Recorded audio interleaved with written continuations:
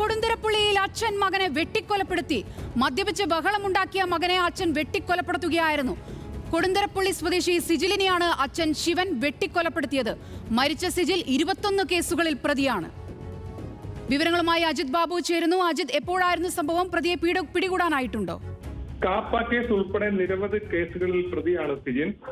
ഇത്തരത്തിൽ വീട്ടിൽ വെച്ചായിരുന്നു ഇത്തരത്തിലുള്ള സംഭവം ഉണ്ടായത്.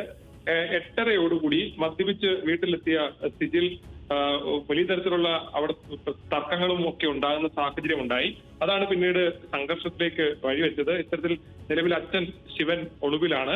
പാലക്കാട് നോർത്ത് പോലീസ് കേസിൽ അന്വേഷണം ആരംഭിച്ചിട്ടുണ്ട്. സിജിലിന്റെ മൃതദേഹം പോസ്റ്റ്മോർട്ടം നടപടികൾക്കായി പാലക്കാട് ജില്ലാ ആശുപത്രിയിലേക്ക് മാറ്റിയിട്ടുണ്ട്.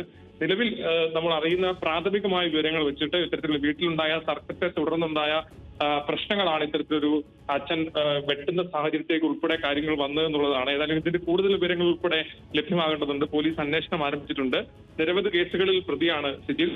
ഏത് സാഹചര്യത്തിലാണ് ഇത്തരത്തിലൊരു പ്രശ്നം ഉണ്ടായെന്ന് ഉൾപ്പെടെയുള്ള കാര്യങ്ങൾ പോലീസ് പരിശോധിച്ച് വരുന്നതേയുള്ളൂ. ശരി, പാലക്കാടാണ് അച്ഛൻ മകനെ വെട്ടിക്കൊലപ്പെടുത്തിയെന്ന വാർത്ത വരുന്നത്.